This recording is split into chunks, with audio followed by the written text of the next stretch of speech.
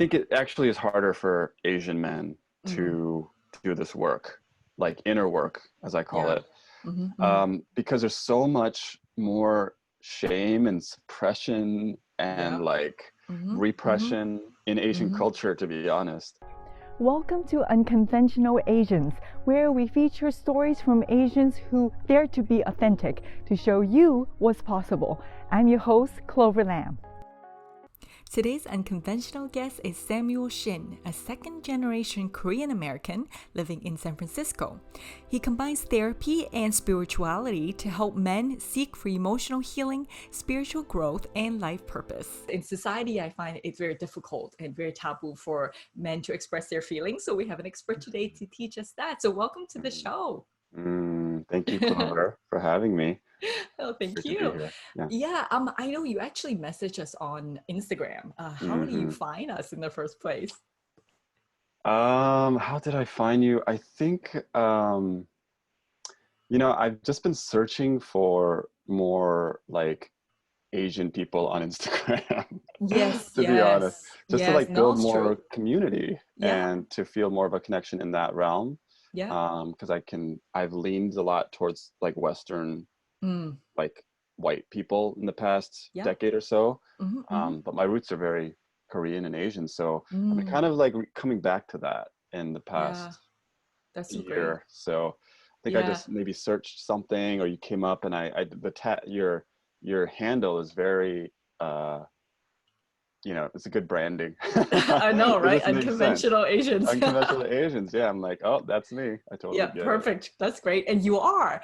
So Yeah. we'll just actually talk about what you do. You combine psychotherapy with hmm spirituality. Is that right? Can you explain a little bit of what you do? Oh, yeah, that's a good question. It's a big question too. Mm-hmm. Yeah, I am trained as a therapist, Mm-hmm. trained, educated, and practiced and still practicing, except now it's quarantine. So, Mm, um, yeah, as like a Western psychotherapist.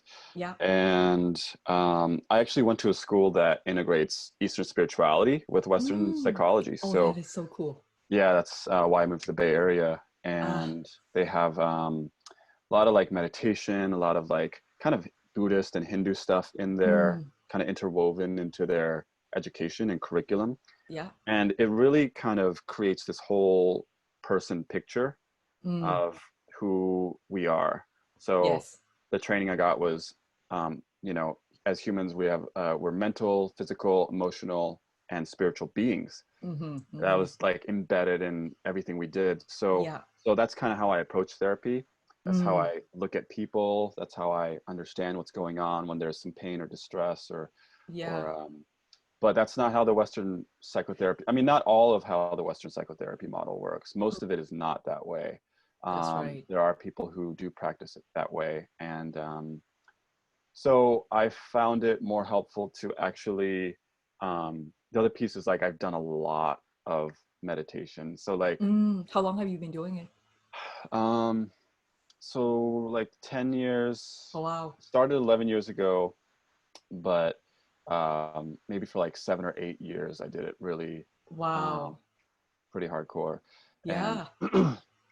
and so that's something totally, it's related. There's like this weird way that spirituality is Mm-hmm. also very psychological when you get into it, Mm-hmm. Mm-hmm. when, yeah, you're nodding. So it's like when you Yeah. get onto the spiritual path or whatever, it's like you learn so much about yourself. Like, Yeah. how can you separate psychology from spirituality? It's really hard for me to do Mm. that. And Mm-hmm. it's hard for me to separate out psychology from spirituality. So, I just find the psychotherapy model very limiting. Yeah. And so coaching has been kind of this new thing in the past few years in the world. And so I see it much more, it allows me to express and do what I do in a way that feels more true to who I am, Yeah. and reach out to the people who who could actually benefit from my work more, Mm-hmm. as opposed to just like trying to help everybody who has some mental illness problem, or so I Right. can kind of narrow it down, but also Yes. express myself more That's amazing. as a healer. And Yeah. do you target like specifically to men or to a certain Yeah. group? Right now I am. So I'm helping men. I'm thinking about actually wondering how to include more Asian men, because right Yes, now it doesn't. yes, I think I that don't would have be that. a really good idea. Yeah. So this is great for that. This right now with you, but Yeah. you know, it is geared towards men because I do see. Yeah, I could tell you about the story of how that all happened, but Yeah. yeah. Yeah, tell us. Okay. Yeah, how do you get into it in the first place? Yeah. Well, Yeah. so I guess I'll just try to keep it sort of short. But you know, I met this. I started doing work with this organization called Sacred Sons, Okay. and they are a men's work organization down in SoCal. Okay. And I went down and did a retreat last year with them, and up until that point, just been doing therapy and all that. Mm, Worked with different populations, not just men. yeah. But I saw the work that these guys were doing, and I just loved the way that they were doing it, and also the fact that men were doing this work. Something about seeing Mm, men like yeah, do deep I love emotional it. work Yes, just yes. made me like feel so alive. And Oh, yeah. and as a therapist and as somebody who's done so much emotional work, I realized Mm, I can help these men. Like these, mm, I know where these men are. I can see it, and I mm, know, like I can, you know, like I can identify it, and I can be like, oh, I know mm. how to get them out of it. It's like Oh, I that's know so the great. path. Like I've walked Yeah. it and I've learned about it so much, but a lot of men are just opening up to their emotions and their inner world for the first time. So Yeah. at these circles, at these retreats, I just felt so much compassion for men. Mm, I was doing my own healing too, but you know, I just felt so much compassion and so much like sympathy and understanding. yeah. And so, you And you know, had walked that path and I you had know walked the what to path. do and what steps to take for them to get out of it, right? Totally. So you're the Yeah. perfect person that people can go to because the best teachers are the ones who have experienced hardships themselves Right. in order to figure out the pathway. So Yeah. Yeah. I yeah, mean, and I'm not perfect either, you know, I still got no, my nobody stuff. is. Yeah. Yeah. But yeah. And then just the last piece is like, it feels like a big thing, you know, like it feels, men's work feels like it's like a collective Mm, awakening or healing, you know, because there's so yes. much about the masculine that's been causing pain, trauma, wounding in the world, with the Mm, patriarchy and all that. And like, mm, this is all coming off of the coattails of the Me Too movement too, mm, you know? mm. And so like men are starting to wake up and understand like, hey, there is something off here. Maybe I'm not totally sure what it is, Yeah. but like I'm wanting something. I'm in pain. I at least can recognize that. And so Yes. you know, I'm just making myself available for that kind of support because it Yeah. just feels Oh, important. so excited for this. That's so great. Yeah. Because I Yeah. think oh, that is so needed in this world right now Yeah. because society has conditioned us, not just men, but actually a lot of different people, even Asian women, to suppress Yeah. their emotions, right? It's Totally. taboo to talk about their feelings. So to a point where they don't even know how to process it at all, Mm-hmm. right? So Mm-hmm. I saw a quote on your Instagram that I Mm. absolutely love. Just gonna say that out loud to the audience. Okay. So the road to creating healthy masculinity in the world is simple. Get Mm-hmm. men connected to their hearts and aware of their emotions. Mm-hmm. So how do you do that? Because you know, society says, hey, you shouldn't be. So how do you even get people to talk to you in the first place? Mm-hmm. And what kind of modalities do you use to help navigate their path? Mm-hmm. Good question. Mm-hmm. Yeah, the first question is really, I think, the harder question, Yeah, because, like you're talking about the conditioning, you know, men are so yeah. conditioned Mm-hmm, to mm-hmm. not reach out, to not be vulnerable. Yeah, It's a sign of weakness. yeah, I'm just gonna like, sit through this pain and you know, grit my teeth, and no matter what, I'm not gonna reach out because that's what men do, you know, yeah, and yeah. like they're not gonna speak to it and much Mm-hmm, less reach out. So, mm-hmm. um, yeah, I think men just have to come by it on their own, you know? Yeah, Like I've seen men who really are in a lot of pain, or they're going yeah. through some big transformation transition, and they're lost and they're Mm, confused and they just need help and they know it. And they're yeah. starting to get like teachings or like spiritual personal growth stuff from the internet. That's one of the Yeah. benefits about the internet and social Yes. media, is Yeah. that like it makes this all very accessible. And those men are showing up, coming forward, reaching out. There are other men who like are in a lot of pain and they're not reaching out. Like I've seen men show up and they just kind of like are just at They want arm's to. length. Yeah, they're Yeah. not sure they want it. They're like Yeah. scared and they don't trust men, or they don't trust, you know, like, yeah, they don't trust men basically, probably. And then you get people who are even not even aware that they're in pain. But that, you know, again, that's kind of like people in general, for sure. Like when you Yeah. talk about this path and of personal growth. But I think for men, it's even more like women kind of are more aware of their emotions, and they're Yeah. more aware of We're their, more allowed to express it. Yeah. yeah, and you also are very aware of your inner world because of your, you know, monthly cycle. You even have to like Yeah. feel your Right. all these emotions, like your body. We don't have that as men. We don't have this like natural pull to feel our emotions, and we are actually conditioned out of feeling it. So we're like cut off here, you know. Yeah. So It's there's all so in the much, head. Yeah. yeah, and there's so much going on beneath the surface and down in emotional body and stuff, so that it's, yeah, it's hard to even access that. So Right. I think the path is really to help men feel safe, to educate them, to let them know Yes. it's okay. This is all very normal. Yeah. And yeah, seeing other men, like the powerful thing about this men's work with Sacred Sons is that like there's like 250 men at That's these great. retreats, and they're Yeah. all breaking down. So it's like Oh, people yeah. are Oh, that's like, beautiful though. yeah, like literally Yeah. all crying. And you're given permission to do the same. When you Exactly. start and initiate that whole vulnerability, then Totally. other people feel like, oh, maybe I can do it too. 100%. Yeah, Yeah. they feel validated. They feel like it's safe. They feel like it's okay. Like we need that social, like we need to see Approval it. almost. Yeah, Yes. social Yeah. approval or safety. Like we need to be able to Yes. see other people doing it, Yeah. and otherwise we're not going to feel Yeah. like it's okay, because that's what our Yeah. society tells us, right? Yeah, But I think this is changing though. I see more and for more of sure. these available now on Instagram. You're doing the work. I'm sure there's more people out there who's doing the same. So thank you so much for, I guess, just representing the men out there and being brave to really start this work and having your resources open to everyone. So I'm Yeah. sure people will really appreciate it. Yeah, I think it's you're right. It's happening now, and it's happening more and more. And Yeah. I think we'll continue to see that happening. Which So is beautiful. I think as both sexes or genders heal, mm-hmm, it that connection among humanity will just be beautiful. I think a lot of bad things that happen in the world right now are all based on fear. And that fear is based on us not feeling enough, or feeling anger, right, or feeling all these negative totally. emotions that we can't process, right?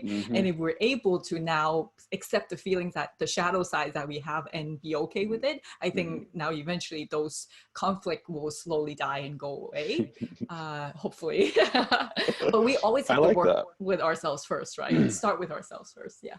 Yeah, I like that. That's very like beautifully, simply, eloquently put. Like Oh, that men and women, if they when they do the work and they're kind of healing or healed in themselves, there's more space to be with the other, you know, yes. like acceptance of the other gender or sex or Yeah. whatever, you know. There isn't as much charge, and there isn't as much like need to be maybe seen or validated, or you know, because Yes. you can feel sovereign and Yeah. connected to yourself. That's really, yeah, it makes a lot of sense. Yeah, and then understanding is also our own responsibility to take care of our own Right, emotions as well, and totally. being able to do it in the first place. Because I think there's a lot Yeah. of conflict in relationships. It's because women, not all the time, but sometimes we expect the other person to take care of us, and that comes with a lot of pressure for the men, because it's almost like your happiness is based on me, right? And a lot of times they run away or hide or whatever, which is because the man is supposed to take it, right? Which might not be the most healthy thing. Yeah, I think I was thinking about this. I wasn't sure if I was going to say it, but just like, yeah, I think there's a way that we can project our own like Yes. as men project our feminine onto women, as women Mm. project our masculine onto women Yes. or men, and relate from this place of like, you know, giving up our power, Mm. or in the case of men, maybe like women embody our emotions, our vulnerability, you know, Mm-hmm. and Mm-hmm. like, so we're like, yeah, there's just, that creates unhealthy dynamics, I think. So like when That's you right. do develop a healthy masculine and feminine in yourself, you're able to, it creates more sovereignty. That's the only word I can think of, where like you Yeah. are two different kind of healthy whole beings Yes. relating with your own energy, Mm-hmm. and meeting each other from a place of wholeness, as opposed to like lack or Yes. need or 100%. pain. Yeah. Yeah. Yeah. Every time you become desperate, the other person can smell it from a mile away. Right. Right. Yeah. And When they're it's like, based on need instead of wants, right? Like yeah. if you're a complete person, then you feel like you just want to be in this relationship to give, to nurture, Mhm. to become a team. However, if you really need the persons to survive emotionally, then it becomes this thing where you drag both parties down, right? Right. Yeah, like codependent Yeah. kind of stuff. So Trauma how do stories. Yeah. you kind of own your masculinity and shadow in the As a first place? as a man, or As a as a man. woman, or As a man. okay, as own your masculinity and your shadow. Yeah.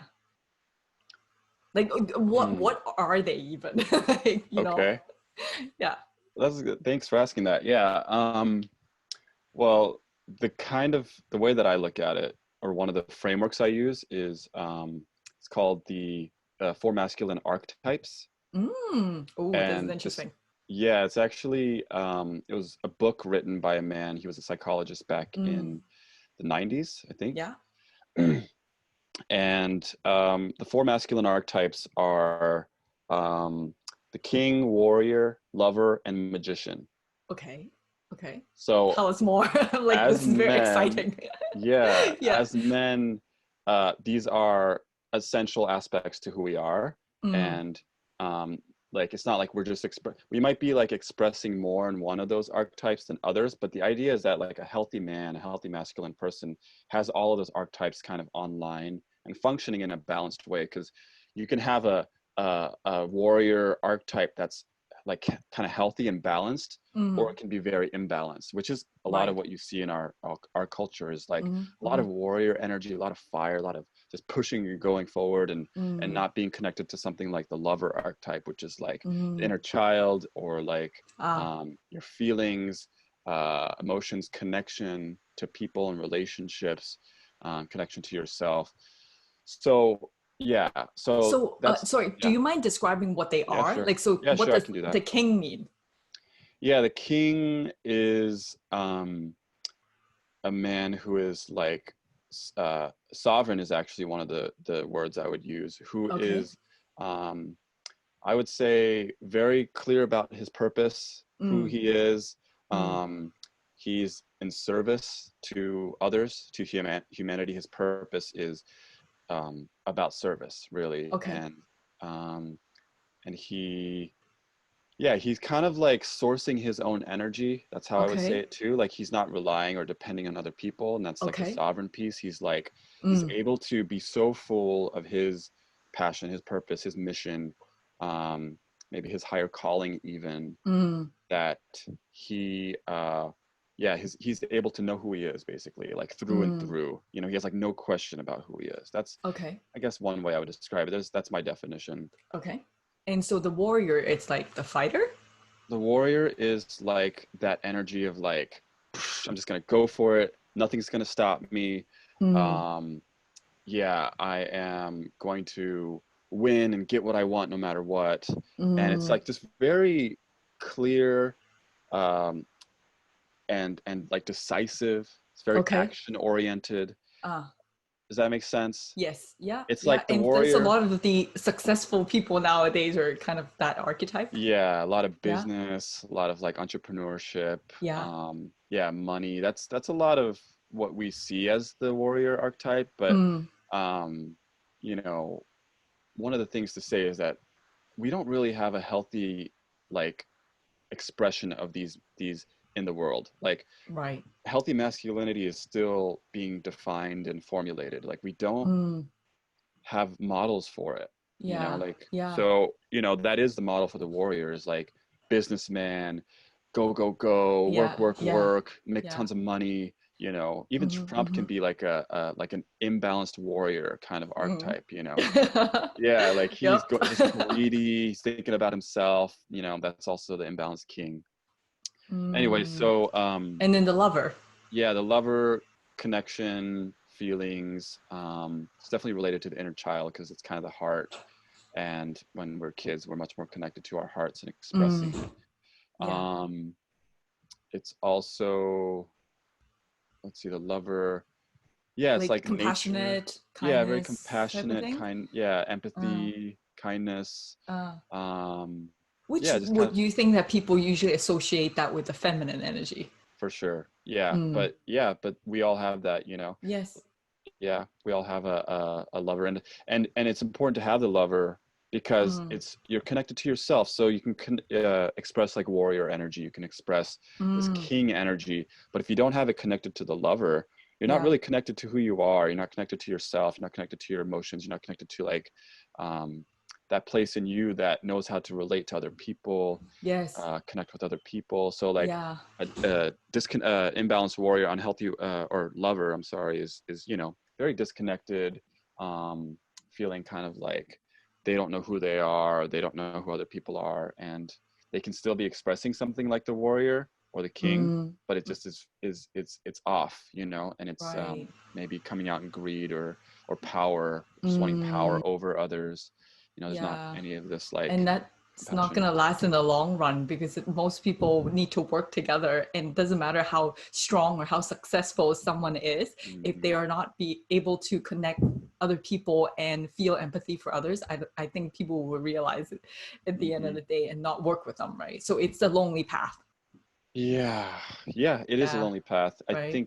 I think our culture doesn't, our culture is, you know, they're accepting of the imbalances. They're accept, like Mm-hmm. patriarchy is all about the imbalanced masculine energy, you know. It's Mm. like way Mm. out of balance, it's hyper masculine, too much warrior, too much fire, too much like just take and like Mm. power through. Yeah. And those are the types of men that get a lot of respect and appreciation, and people do follow them. Yeah. But um the loneliness piece is actually that a lot of men who are expressing that way are disconnected from themselves, Mm. and they die lonely, you know. They die, Yeah. like I have no doubt Trump's going to be a die of some like heart attack. Like he's not, he's going to suffer. Like he's not a happy man on the inside, you know, even though he's Mm. getting all this prestige and all these riches and Yeah. power. Yeah. Like on the inside he's got to be like dead, you know, like there's something Mm. inside that's not. And so Yeah. you know, he's probably lonely deep down, not knowing how to connect Yeah. with other people, not letting other people in. So Mm, we're seeing that a right. lot too. That's the story Yeah, of the in the world masculine right now. in the And world. Yeah. what's was the last one? The magician. The magician. Okay. Yeah, so the magician is kind of like a technical, creative. They're really Mm, proficient in a specific domain, so they can okay. like become an expert or a master of some sort of domain of knowledge or Yeah. expertise. Mm, And they develop that so much that they're like, yeah, just masterful at it, a magician. mm. um So do you need like a balance of all of them to be mhm. like the best strategy? Or some people obviously have one archetype more than the other, but is it better for you to have all of them or just accept that you're one type? Yeah, I think the point is that all of them online in a healthy way is healthy masculinity. And again, Mm, that's like it's a really high bar because yeah, of course you're going to have men who are yeah. more like the magician or more the Mm-hmm, lover mm-hmm. or this or that. But Yeah. as a man, it's very, very important to have all of them Yeah. functioning, have all of them like relating, connecting online together, integrated. Mm-hmm, mm-hmm. Um, for sure. Like imagine somebody who develops so much knowledge in one area, right? Yeah. So much knowledge in like tech or something like that, right? Mm-hmm. Just as an extreme example. And that's Right. like the magician. But let's Yeah. say they're like their warrior isn't online. So like I've Mm-hmm. met people here in the Bay Area because this is tech central, you know, Yes. who are Yes. like tech guys and they're working in these industries and they hate it because they're Mm. like the bottom rung of these like billionaires. So Yes. there's like this huge ladder, and they're just like servants to, and they may be really good at what they do, but they're also not connected to their lover and what they're passionate about and what they really want in their lives. And so they're like living in this way that's, they're magicians online, but these other archetypes are not, you know what I mean? So like Yeah. they're not going to be a fulfilled kind of happy man as in this Mm, world. It's going to be hard for mm. them. Wow, this is So almost like a path to how to be happy in a yeah, way. no, for sure. Yeah, well, As a that's, man. well, wow, that's actually really useful because I think a lot of people Mhm. are asking that question right now because right now in Mhm. society, we're so conditioned with that whole traditional path of what success means for men. And they're just, having the warrior energy so Mhm. much to a point where, yeah, they become lonely. And then when they're a certain age and they realize, okay, what am I doing this all for? At the end Totally. of the day. Yeah. So, oh no, Mm, this is like amazing information. Thank you. that's good. Yeah, sure. Yeah. So do you think there's a difference in terms of being an Asian man versus like Mm, just men in general are very suppressed, but what are the specific struggles you think that Asian men face in today's world? hmm. That's a really good question. And I was Yeah. thinking about that before getting on this call with you. Yeah, just because I think it's a really important question, Yeah. and it's something that doesn't get asked a lot. Mm-hmm, And mm-hmm. I think it's because there's a lot of, well, let me start with I think it actually is harder for Asian men Mm, to do this work, um, yeah. to do like inner work, as I call Yeah. it, Mm-hmm, mm-hmm. because there's so much more shame and suppression Yeah. and like Mm-hmm, mm-hmm, repression in Asian mm-hmm. culture, to be honest, Yeah. than Mm-hmm, in a mm-hmm. place like America. Yeah. No, And so 100%. like, yeah, so they're Asian men might be starting off like in even a more difficult kind of unconscious place. So, I Mm, don't see a lot of men at these retreats, at the men's yeah. retreats. Mm-hmm, There are mm-hmm. some. Um, and yeah, the Asian men that I see, they're living pretty unaware of these other things and mental health and mental illness issues, and they're not even in their Yeah. mind much, but Mm-hmm, mm-hmm. I think it will start to happen. Yeah. Um, Well, having but you being the unconventional Asian and the totally. representation right there. I don't know how it happened. I don't know why. Like I Yeah, just happened to be this person that was like that is amazing. Is there I needed. something in your life that had happened that kind of guide you to that path? That's what I mean. Like not really. No? Other than just I see myself as kind of like everybody else, other Asian. I was like very, I don't know how much to get into my story, but like just, I was like in a gang, and I was like, Were you? Okay. yeah, like Okay. Korean. I mean, I guess I wasn't Yeah. like in a gang, but I was like doing that, like there were gang stuff, and I was Yeah. like gang, and just in a lot of pain, doing a lot of Mm, drugs. I was addicted to all these substances, okay. and I was just I mean, but that wasn't any different than the other Asian men that I was around. I was just doing what they Mm, were doing. But right. I think there was something in me that always kind of was very observant. I was very introspective. I Mm, was like different. And mm, I remember very early on, like looking at everybody around me and being like, why are they living unconsciously? Like mm. I became aware of the unconscious, and I was like, oh, Wow. people are acting unconsciously. They're not aware of these intentions that are underlying their behavior. Yeah. They're like, and I could see it. And then I just became drawn to psychology. Like psychology just really excited me. And it was one of Mm. those things, like I feel lucky because, a lot of people have a hard time finding their passion, and they might major Yes. in Oh, something that's yeah. like not, yeah.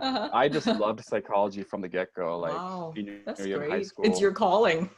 It was, yeah. I was so excited and enthralled and passionate, and I like loved learning about it. And all the while I'm doing drugs and all this stuff, but like it just was That's very, very, interesting.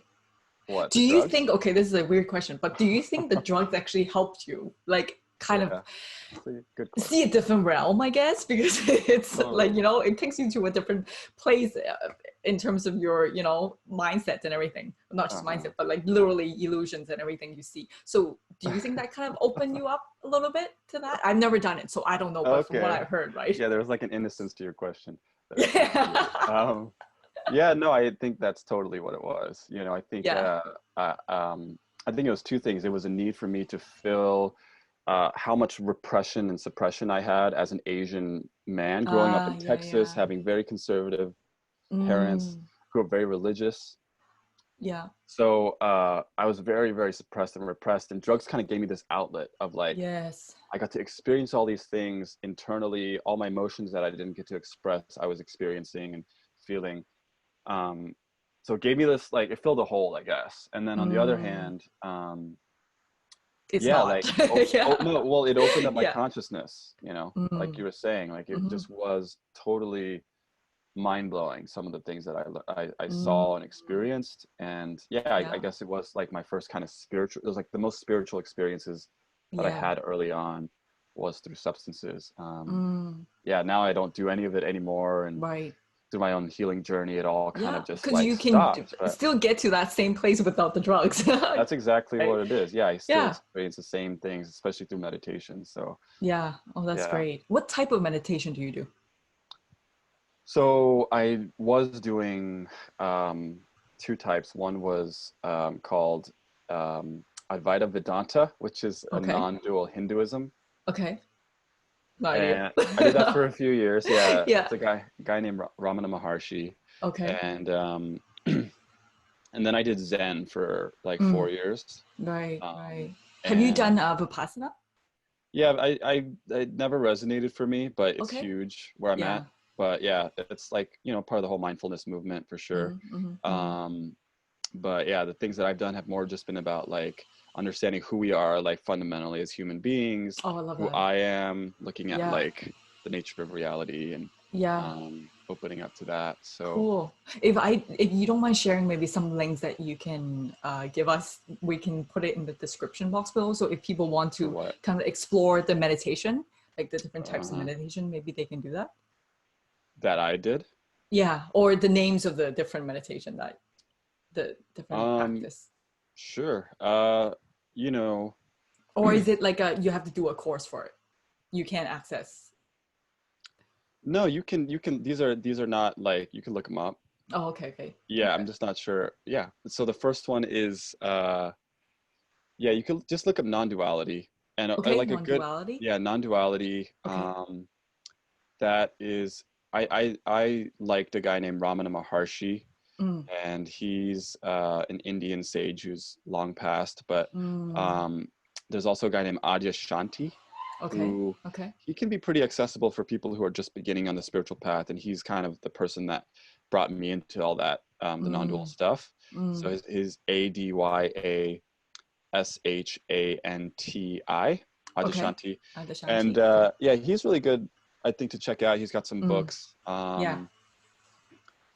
and he's like the no self, like we are. It's like Ah. unity consciousness, that kind of stuff. And Right. then the second practice that I was doing was was Rinzai Okay. Zen.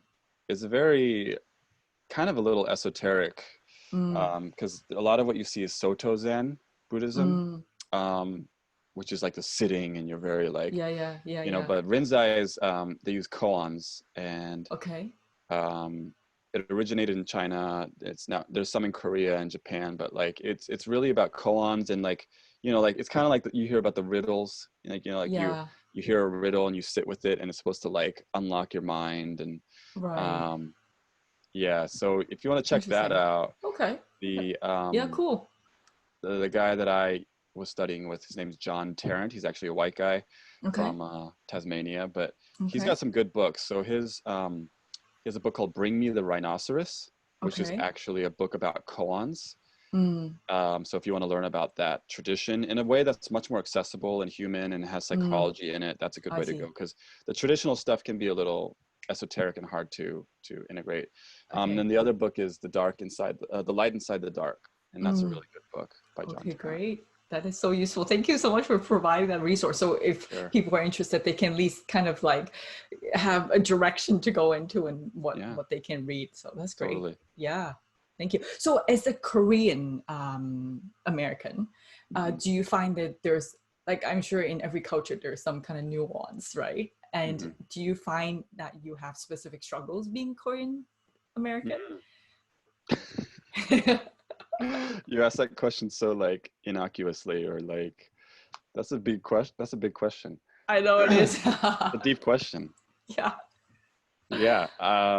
Well, not to be stereotypical, but I No, I mean, didn't there are feel that. some kind of common themes that emerge right out of every culture. Yeah.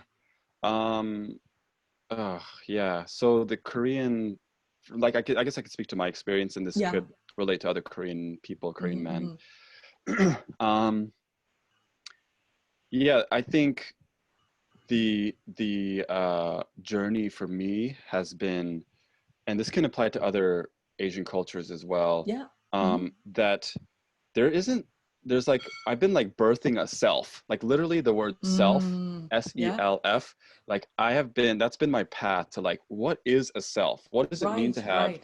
Yeah. feelings? What does it mean to have emotions, Yes. needs, my Yes. own needs, independent of my family, Mm, mm, independent mm. of my culture, independent of all Yeah. these, you know, because Asian culture is so like, our self, in my opinion, Mm-hmm. is embedded in the fabric of the culture and the group. That's right. Like Yeah. we don't have a It's a self, and collective society. Yeah. it's a collective society. We don't have a self independent of the collective. That's right. Like it's about community. So and Mm-hmm. I think there's a, it's like Confucian, very Confucian, Confucianistic, or comes from Confucianism, where it's like Yeah. the herd mentality was Mm. needed to maintain power That's for the right. people in power. So Yeah. like it's easier for everybody to be suppressed and subdued and give Mm. their deference and their power away to something outside of Yeah. them. So Yeah. there's so, that's I think the suppression Mm-hmm. Mm-hmm. and the repression. Yeah. And I think we all have a self as Asian people, but Yeah. it's deep in there. It's like you got to go deep. And At how least do you go deep? that's Do for you like me. meditate to go like into your subconscious, or like I how is there a process? you know, I think the path is actually, interestingly, like Westernization. So like, Okay. because Western culture is so individual, it's so Yes. focused on self Yeah. boundaries. I'm separate and different than you. It's like Mm. we're not comparing, but we're distinguishing ourselves from other people and developing Mm. who we are Interesting. in reference to or in contrast to other people. So there's Yes. a lot Yes. more boundaries, you know, a lot more Ah. separation Right. energetically too. So Right. as Westernization happens in Asian cultures, as Yeah. people learn things like psychology or spirituality or self-help or personal growth, which is a Yeah. very Western thing, Yeah. um, that really is about developing the self, and it really is about Mm. like learning about who you are, getting in Mm-hmm. touch with your feelings, your needs, separating from these stories, messages, all these things that you Yeah. got from your family. And Mm. it's really yeah, I just think it's harder. It's like there's a bigger mountain to climb for Asian folks, but it's the Yeah. same kind of path in the end. Mm. And No, for I sure. think it's important to, I mean, for me, I'm coming now back to my Asian roots after Yeah. like having done that path for a very long time, because Right. I do see value in that perspective and community. Mm-hmm. And Mm-hmm. like, I don't want to No, say for that sure. it's 100%. We bad. still need that. No, we still We need still that for need that. sure. And it's still a part of us. Like, there's a Yeah. lot of gifts, I think, that Asian cultures, or like, at least for me, like this No, thing, yeah, something I that agree. my Asian upbringing gave me that white people Oh don't yeah. have, essentially, you know? Right, right. But now it's like, how do we combine both superpowers together? Right, exactly. Yeah, and make Yeah, us unique integrate. that way, right? Yeah, because Mm-hmm. we like our ability to respect our elders, the ability to work well with other Mm-hmm. people, suppressing our own needs sometimes is required, and we can't Mm-hmm. be selfish and just be like, oh, I want to do it this way. It's about the Right. collective. It's about the betterment of the whole society. But there are times when we do need to speak up. We need to work Mm-hmm. on that. Mm-hmm. Yeah. Yeah, and it's the one of the big things that might like speak to folks is like the Mm, family piece, right? Like yeah. doing self growth and personal growth work is going to be challenging for a lot of Asian people, because you do Hmm. have to like separate from your family, which is Yeah. so taboo. You know, that's Yes, like you're yes, breaking yes. so many, Oh yeah. It's almost ugh, like, yeah. painful. Oh, for sure, for sure. And there's a You're not constant being a balance. good son or daughter if you You do know, that. Yeah. yeah, yeah, and you Right. and yeah. So there's like this constant dance, I think, between Mm, like how to uh you know, be yourself, like mm, separate unique self, yeah. and also like have that be you know, how do you still maintain a connection with your family in that, you Yeah. know, and how do you Yeah. dance with that, like separation, and Mm-hmm. also do that when your parents don't get it at all, you know, and they Mm-hmm. don't respect it, appreciate it. They Yeah. don't even know how to understand it, you know, In like the first that's place. so Yeah. far, yeah, that's so far from how they were raised and Mm-hmm. their Mm-hmm. thinking, and they Yeah. might even shame you or feel like there's Right. something wrong with it. Yeah. So Yeah. it's very complicated, I think, for the Asian Mm. story, and white people Right. experience it too, but sometimes, but not as much as Asian people, Yeah, I think. I think maybe the first piece is about acceptance that it's Mm, okay to have our own needs that might be different from what we're taught. totally. Um, Yeah. Once we understand that, uh, in conflict or when we don't get the agreement or understanding from other people, at least we have that strong foundation to say, okay, this is what I want and this is what I need, and I'm not going to apologize for it, or at least internally, and kind of, start with that. So what would you say as a beginner, that they want to embark on this journey? What are some steps that you would Mhm. recommend for them? Like they don't know where to start. They want to get onto the path of understanding themselves a little more, tapping into Mm. their feelings, but like they're so suppressed to a point. It's like where do I begin? Mm. For Asian people or just people in general, I guess. Let's just talk about Asian people because we're Okay. unconventional Asians. Right. Um, Because you're more suppressed than others. Like men, Asian men. okay, Asian men. Mhm. Hmm. Yeah, hmm. I think there's two types of Asian men, Okay. actually. Okay. And maybe, you know, there's probably everything in between too, but like Of they're course. Yeah. like Asian men can be super, I mean, Asian culture is very patriarchal, you know, Yes. especially Japan, China, Korea, Mm-hmm, like mm-hmm. very, very patriarchal. And so you get men who are very hyper masculine, Yeah. who are like Mm-hmm. all about like, yeah, they're just hyper masculine.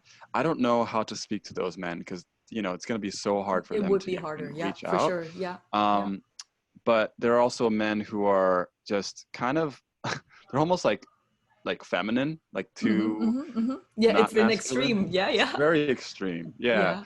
And so they're like very not in their power and not in their voice and express. They're quiet. Yeah. Um, so you know, I think those men might like reach out more, Yeah. but you Yeah, for also get sure. some men in between. In So between.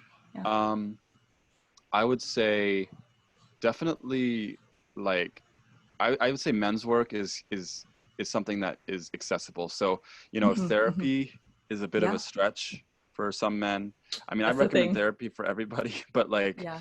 if it's a stretch for you, you know, just start with something like I guess you could even just start with reading books, you know, reading Mm-hmm, some mm-hmm, books, mm-hmm. finding some people online on YouTube or on Instagram that like some Yeah. messages that resonate, you know, Yeah. around personal growth work, like talking about emotions, talking about um living your purpose, talking about Yeah.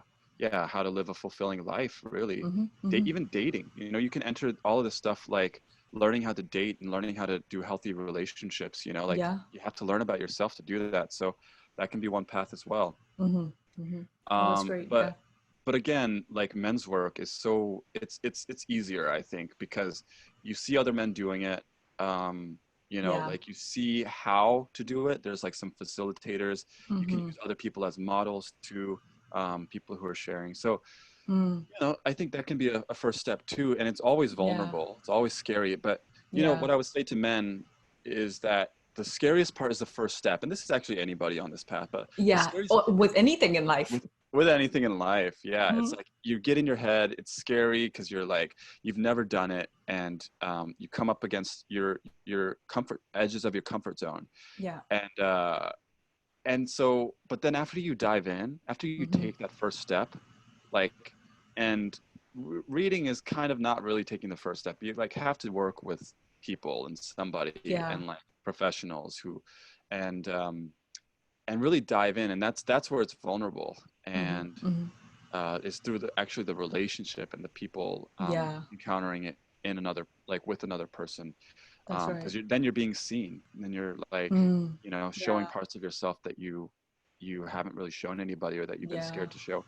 So yeah, the first step is always the scariest, but after that it's like, ooh, it's like it's a lot easier. It's not Mm-hmm. it's not I guess I won't, it's not easy, No, but it's not it becomes effortless. easier. It's not Right. effortless. Yeah, you That still have to like, resistance will be yeah, decreased. Yeah, diminished. yeah, right. And it won't be as hard as that first moment, Mm, you know. But like so many people are stuck at that yeah. place, that precipice of like, oh, I don't know if I want to. I know I need Yeah. help. I know something's not right. Something's wrong. Yeah. I'm hurting, but they don't. They're scared to take that first step Mm-hmm. and they're Mm-hmm. to reach out. There are a lot of men who Yeah. probably have thought about it and they Mm-hmm. have even Mm-hmm. people that they want to connect with or reach Yeah. out to, but they haven't. So just to say to those men, yeah, the first step is always the hardest. Just do Yeah. it. Find somebody in places, people, situations, Mm-hmm. organizations that you actually feel safe with. Of And this is, I course. think, a missing piece that a lot of Mm, people don't realize when they're entering into this kind of stuff. Like when they're finding a therapist, they just assume that a therapist can help them because they're a therapist and they're a professional. But right. this is so much about the relationship, and this is No, so much about, 100%. yeah, feeling safe, trusting somebody. You're sharing things that you've really never shared with anybody, you Mm-hmm. know. Mm-hmm. So you want to make sure that this is somebody who can understand you, Yeah. and you'll feel that Mm-hmm. in your body. You'll be like, okay, this person Yeah. gets me. And Right. maybe it might take a session or two, but Mm-hmm. after Mm-hmm. that, if it doesn't feel like a good fit, if it feels like something is off, Yeah. it's probably the person, you know. It might Mm. be you if you're not like Then open, you if you're repeatedly not being see other honest, people. Yeah, that's true. Yeah. but it's probably the other person. And a lot of people Mm. write off therapy, write off like this kind of stuff because they've had a bad experience. But Mm. so much of it is that they're not educated around the fact that this is really about a relationship that you're building, and so it's important to find a good therapist. And I'll go on the record and say, like, I think 90% of therapists, I'll say like 50% of therapists suck. 75% to 90% are like at least okay or Mm. decent, but it's really hard to find a good therapist. So, what is the definition of a good therapist? I definitely think a good therapist, a training is obviously really important. Mm-hmm. Um, Somebody who's like just CBT. So Mm. CBT is something to like be a little mindful of, because Yeah, it's just working on a cognitive level. It's that's like right. working on cognition and then behavior and trying to connect the two when Yeah. you're missing this whole layer of emotions and other Mm. stuff. But Mm. yeah, CBT people tend to be not very empathic. Right, Um, because it's all logical. it's all logic. It's all very Yeah. rational, Yeah. systematic. Mm-hmm. Um, so I guess one piece would be empathy. Um, Somebody who's done a lot of their own work Yes. is Yes. so essential to being a Yeah. good therapist, because then they Mm-hmm. can understand. I think you started off with this in the very beginning. Like then you can know what it's like for these people, right? Mm-hmm. You've been through it. You could help Yeah. them because, oh, you were talking about the men's work, and yeah, seeing these men who are hurting. Yeah, like you know how to get them out of it. You know how to bring them out because you've been there and you've Mm-hmm. experienced similar things. And so and you could have empathy. Like I think that's the biggest thing, is you can have empathy for somebody if you have gone through the same kind of shit. Like Yeah. you've worked through your pain, and so you can see it in another person, Mm-hmm. and you're not Mm-hmm. projecting. Like you can actually Right. see it. um so I mean Yeah, that's no, kind of the that's short great. of Those are it. the criteria. There's a Yeah. lot of other things too, like cultural Mm. things and stuff like Right, that, right. but Well, someone you can resonate with and feel safe somebody with, you like you just said resonate earlier. with. Like Yeah. I think of it like a relationship. No, Like it's if we're true. talking about therapy, it's like therapists talk about the language we use to find a Yeah. new therapist is that we are literally shopping. It's like, oh, I'm going Mm. to shop for a new therapist because this is in Yeah. some way a business, and Right. the service is for you. So you got to make Mm. sure this person is a good fit for you. That's right. You That's have true. that. You have that power. Yeah. It's not Yeah. the therapist's job to tell you that they're a good fit, and a good therapist will be like, oh, cool, no worries. If this isn't a good fit for you, then no, then it's not a Mm. good fit. Right. Now, you mentioned feeling your body. How do you even feel your body?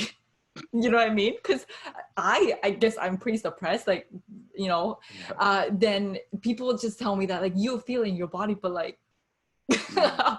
Mm. What does that even mean? That's a good question. Um, well, like, I would say that's very normal, you Mhm. know? Like, I think there's so much pressure in our culture, in our society, in spiritual circles to be like, go into your body. And yeah, the Yeah. body is a really hard place to access because there's a lot of trauma. We hold trauma in our body. Any pain, any unconscious stuff that happened in our childhood, it's going to be in our bodies, and we're not going to want to go there. It's going to be really vulnerable, even just for ourselves to feel. The other piece is that we're conditioned out of being in our bodies. We're like, you know, technology and, you know, all this distraction from being present with ourselves, not just our emotions, or not just our bodies, but our emotions too. And so we're like, what, the body? Like, how do we, what is the body? And like, what does it mean to even like drop the energy down? Right, exactly. Into the body and feel what's happening. I remember when I first started meditating, I was doing a body scan meditation. It was like John Kabat-Zinn, who is like the Western mindfulness guy. And he's like, just feel your toes. And like, I'm like, I couldn't feel shit. Like that whole time, it's like an hour-long meditation. I just like dissociated through it. I'm like, okay, I'm going to try so hard to feel my toes, and I feel something. But like over time, it is a muscle that you can develop, or not muscle, but like your brain can start to develop this connection with your body, with your emotions. So for you or just other people, I would say just keep meditating. Keep meditating. Or keep trying to feel your body literally. Yeah, just have the intention. Don't judge yourself that you don't, you know, you're not get it right away. Yeah, but like yoga, meditation, breath work, even just doing emotional work, you can open up to your body, because there's such a tie between the emotions and our body. So yeah, they're almost analogous, I think. What is emotional work? What is emotional work? Yeah, what do you mean by emotional work?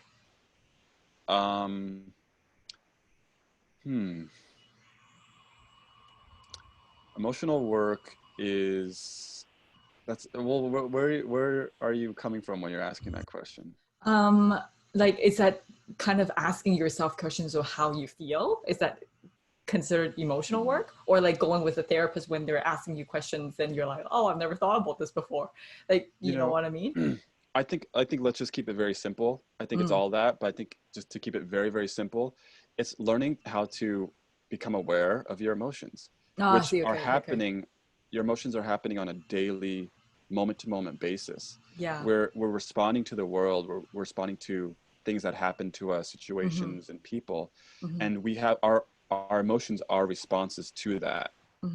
And it's important to feel and just express those emotions. Otherwise, they just get stuck, and it's like a dammed like stream or river. Like it doesn't flow. Right. And there's then it blockage. just becomes stagnant. And then that's how we develop things like that's how we No, that explains it. Yeah. So because I think some people might not even understand what that means. It's like this is completely out of their realm. It's like what does all these terms even mean? And sometimes they put people off because it's so woo-woo, so spiritual. They're like, it's very human. It's very I appreciate that you're bringing that up and asking it in that way, because you're right.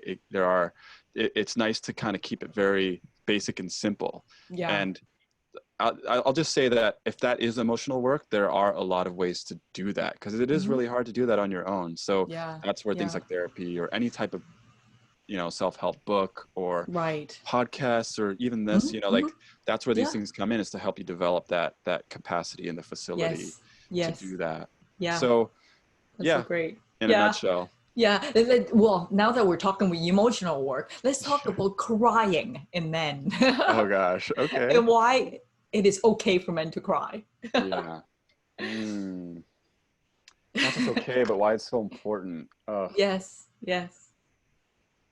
And let me just preface it by saying that I actually find it very sexy when a man cry. Why don't you just say more about that?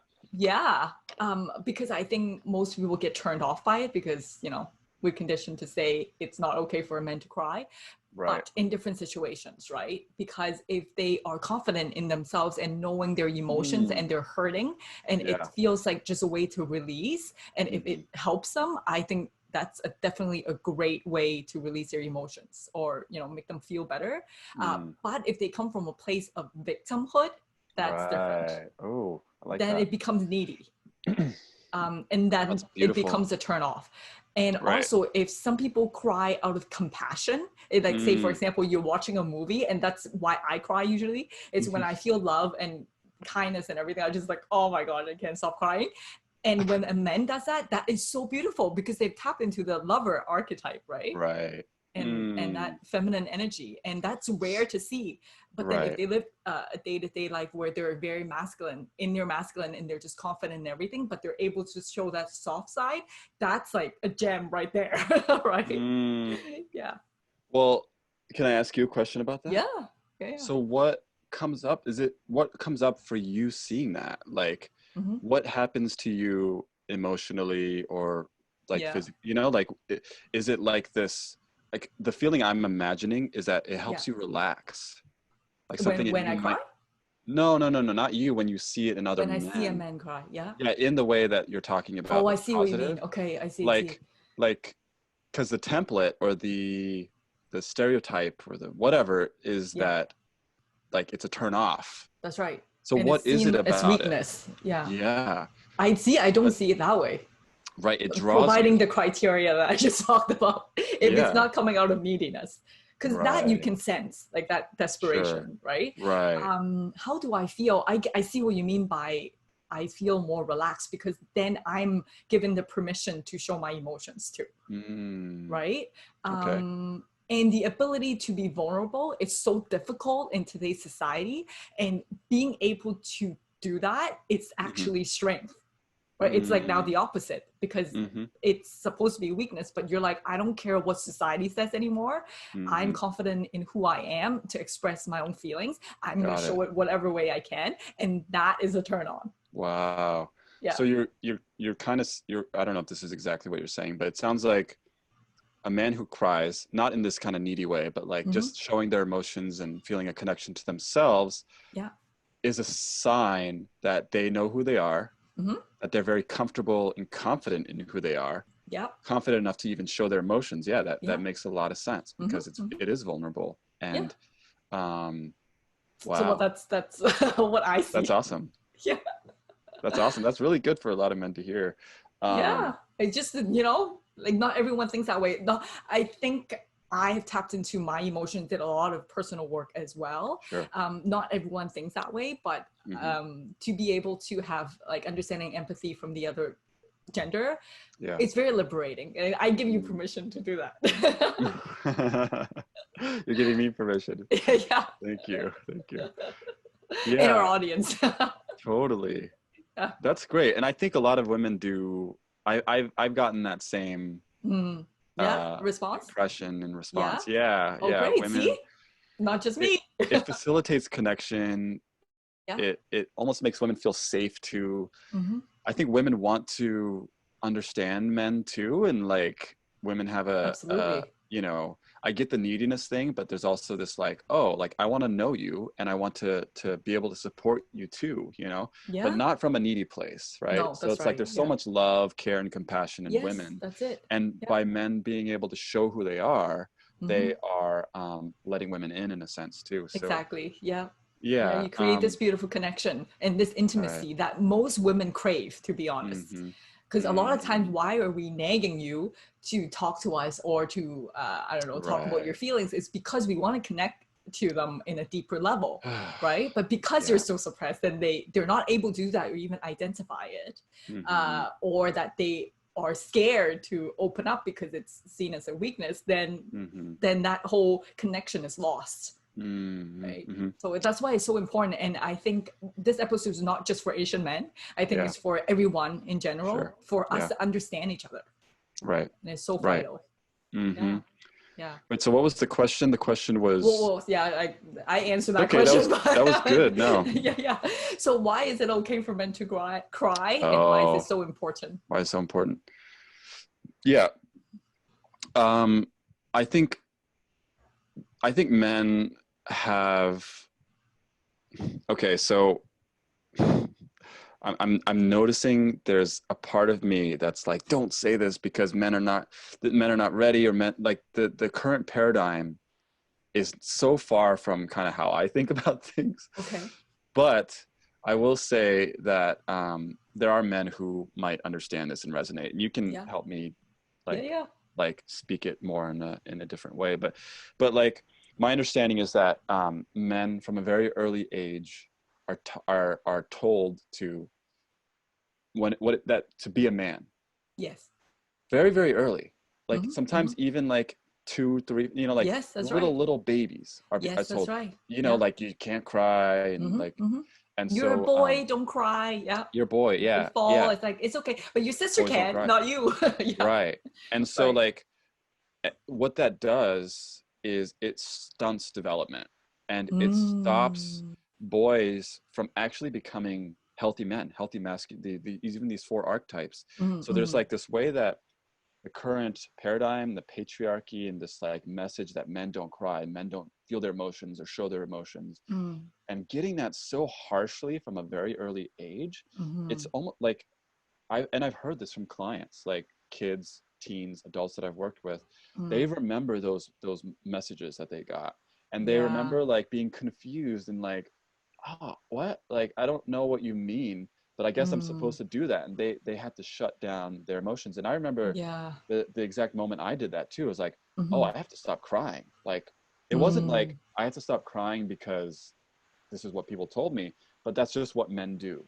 It's like Yeah. that's the message that I was already getting in society. That's So right. I literally cut myself off from my emotions. And I Mm. think I did mention earlier about like emotions being a response to our world. It's a response Yeah. to human interaction. It's a response to Mm-hmm. situations. If you lose your job, you're going to feel emotions. And That's that's right. natural. That's important for you to feel Yeah. those things so that you can feel better again. Mm-hmm. But Mm-hmm. men just shut all that down. Women, who all these, doesn't matter about gender, but we're talking about Yeah. men. Men Right. shut that down from the very get-go, almost from a Mm. very, very Mm. early age. So you have Even if this they like, want to, they're not right, allowed to. Yeah. exactly. And so that's like whatever, decades. Some men have gone their whole life not crying. So Mm-hmm. you have this whole lifetime of experiencing life, feeling these different things. Maybe you lost a baby. There are men who've like lost children, or men who've lost loved ones, or like these really Yeah. intense things that if men aren't Mm. allowed to, and there's a lot of minute smaller things too that happen, Right. so like Right. because emotions are going to come up, but if you don't let yourself feel that, that's just going to get stuck Mm-hmm. and, Mm-hmm. like I said, stagnant, and create a lot of pain, a lot of Yeah. like problems Mm-hmm. internally. Mm-hmm. And that's what I see in men's work. The men's work that I do is Mm. men are breaking down Yeah. because of years and years and years of Yeah. suppression, holding it Mm-hmm. in, not Mm. feeling safe, not like trusting themselves. Mm-hmm. There's a lot of pain. So it's Yeah. really important for men to cry and release that and start to Mm-hmm. even Mm-hmm. feel the vulnerability, Yeah. just to feel your emotions. We're talking about emotional work, Mm-hmm. so that you Mm-hmm. can even get to the point of crying, because crying may be a stretch, Yeah. like, And that's okay. Yeah. You yeah, start and that's somewhere. okay. You gotta, yeah, exactly. So Yeah. it's really important, I think, just to get to that point so you can like, somebody asked me recently, a client, and he was like, and a lot of men feel this way, like, what's the point of crying? What's the Mm. point? There's no Mm. point. I feel Mm. bad. I make other people feel bad. you Mm. know Men are taught to like make everybody feel good and happy, and like be the Mm. happy Yeah. jokester, and make people Right. laugh. But like but the point I told him was that it's not about other people. It's actually about like, if you will feel better in yourself when Mm-hmm. you Mm-hmm. cry. And women Yeah. are a lot better at this, but men don't get that. And it's a process because Mm-hmm. there's so much suppression. But Yeah. yeah, that's what I would say. Yeah. It's That's really beautifully important. said. That's amazing. Yeah. Yeah, thanks. Again, giving permission to other people or other Permission. men Yeah, out there that it's okay. Yeah. yeah, it's Great. totally normal. It's totally healthy. Yeah. And Yeah. it's actually unhealthy to not cry. That's right. And I think it's almost like a mechanism built into our body, Mm, right? Why is, I don't know, universe or God, whatever you believe in, created us to have this mechanism to cry in mm, the first place, if you mm-hmm, think of it scientifically. I don't think we understand the human body entirely, like not mm, even close. But mm, why is it that we have these mm. tears that come out and then we feel better at the end of the day? Maybe we're meant to release it, right? Same with like skin problems or whatever that manifests outside our body that are not Mm, healthy for us. mhm, I think it's a natural process. And when we band-aid that on top and just suppress mm, it, all these I guess, stuckness or, within us. And then eventually it may manifest into illness or different things that are, I guess, no longer controllable, almost in a way. Like it's almost like a way to release toxins out of your body, if that makes sense. I think. I mean, yes, like totally. I'm curious how you came to that, but that's I definitely It feel that makes way sense, too. right? I Yeah. don't know how I came up with that, but I think it makes sense. Well, I think it can be an Eastern thing too. There's like, it can be an Eastern perspective, Yeah, like, true, that there maybe, is a the connection between our Yeah. body and our mind and our emotions. It's No, very for sure. integrated. Yeah. But, Western people don't often think that way. But, Right. yeah, it's a challenge for them to go from, how can I have a physical problem that actually started as like an Oh, emotional I, or I definitely energy, believe that. Yeah. right? Yeah, Yeah. No, me it's too. 100% for sure. I Yeah, think everything starts from the mind first, right? Like yeah. if, for example, even in the Mhm, personal development world, if mhm, you have a certain mindset to be successful, to be healthy, to be happy, then mhm, you do the correct actions mhm, to get the results that you want. So my specific personal experience is mhm, this. So I used to be very obsessed with my weight. Like I'm quite mhm, lean or whatever, but back in the day I had an eating disorder. Now mhm, I would do all the right things mhm, um, physically, like eating mhm, right, exercising, those things. However, I didn't have the right mindset because mhm, I hated my body. That's why I mhm. wanted to fix it. Right. Even though on the surface I'm doing all these That's a good things, point. I am still fluctuating with my weight, for example. Mhm, But now that I completely accept myself mhm. and just, let things go the way it goes, I'm actually in like one of the best shape of my life without having to kind of manipulate like the outcome, Yeah, because I totally. naturally do those healthy things anyways. So it's kind of like the Yeah. same thing with like and plus I was having a lot of skin issues as well that was Right. manifesting out of my body. Mhm, So even though you could be doing the right actions, if your mind is not in the right place, it's not uh-huh. gonna give you the results that you want ultimately, and you can't sustain in the long term either. Mhm. Yeah. Yeah, I would even say that it's not just the mind, it's like your emotions, right? So it's like you probably had some shift Yeah. that was probably in your mind, but like you're Yeah. talking about acceptance. Acceptance isn't just Yeah. like a mental thing. It's like, it's almost like a whole body experience, right? Like That's you're right. accepting yourself and all these parts of you, Yeah. and more compassion and empathy. Mm-hmm. So yeah, it's like you're being kinder to yourself. Yeah. And I imagine the eating disorder was something about you being really hard on yourself. Yeah, Maybe these like beating messages that you myself got. for not being perfect a certain way. Right. Yeah, the Yeah. comparison, yeah, Hmm. all those things that we do to ourselves Yeah. all the time. That's great. Yeah. Yes, that was so great. I think we, like, the audience must have learned so much from this episode. Good. Yeah. Yeah. Good. And so just to wrap this up, we always ask this question to all of our guests. What Hmm. does unconventional mean to you? Hmm. When I think about it, I think the word radical comes up. Mm, And I think for Asian folks, it's pretty radical mm-hmm, to, mm-hmm, unconventional is definitely the word, but it's also radical to be doing mm-hmm. this work, to be Yeah. doing what you're doing, to be going on this path.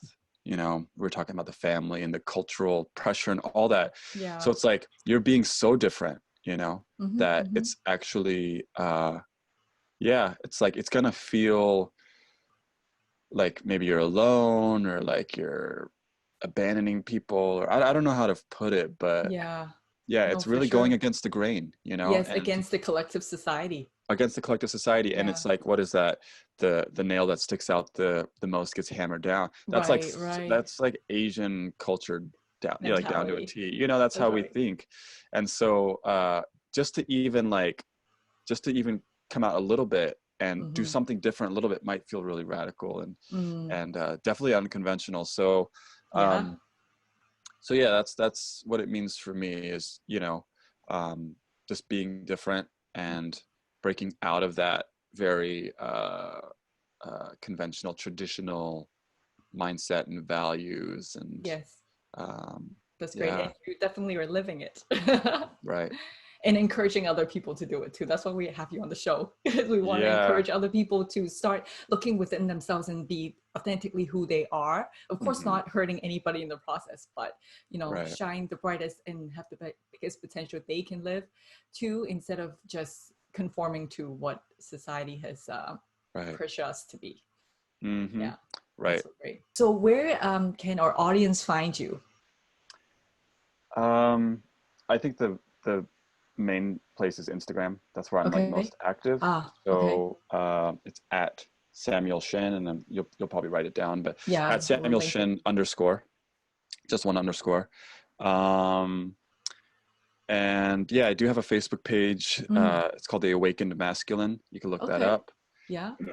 And yeah, I've got some programs going right now. I've got a course for men who have left unfulfilling jobs and careers and want to start creating and living a life more like in alignment with their passion, their purpose. Oh, that's amazing. Yeah, it's a 7-week course, and I help them guide them through like a step-by-step process about how to create that. Yeah. Yeah, I do some one-on-one emotional work too, which we talked about, emotional work. And yeah, and I would recommend checking out Sacred Sons too. Sacred Sons on Instagram, and get connected to that community too, because that's a bigger community of men. I see. I think the work that I do might be more like individual, but also just more intimate and deep. But that is like, can really help to broaden and make accessible what it means to be a man, what it means to do emotional work, what it means to do all these things. And they have a lot of offerings. So great. Thank you. Just a plug for them too. Well, thank you so much for being on the show. We learned so much through this episode. Even I did as well. It was especially the archetypes. It was like interesting. I think people like a specific, I guess, criteria to look at in order to figure out like who they are, right? Because I mean, this is difficult work for sure. Just tapping into our emotions. It's already, even feeling our body is already hard enough, let alone all of these other things that we have to consider. Yeah. So yeah, we definitely appreciate you for being on the show. Thank you, Clover. Yeah, it was nice to talk with you. Yeah, it was. Thank you for watching. Hope you enjoyed that video and found it useful. Make sure you click that subscribe button for more weekly videos. From now on, we're going to show the entire full episode on the weekend, and then we're going to show you a shorter version during the weekdays so that you can take a look and see if you want to watch the whole episode. Like this video if you enjoy content like this, vulnerability for men, and please let us know what type of topics you would like us to cover in the comment section below. All the links and information will be provided in the description box below regarding the book and Samuel's information. Until next time, dare to be authentic. Join our community at Unconventional Asians on Facebook, Instagram, and YouTube to hear more.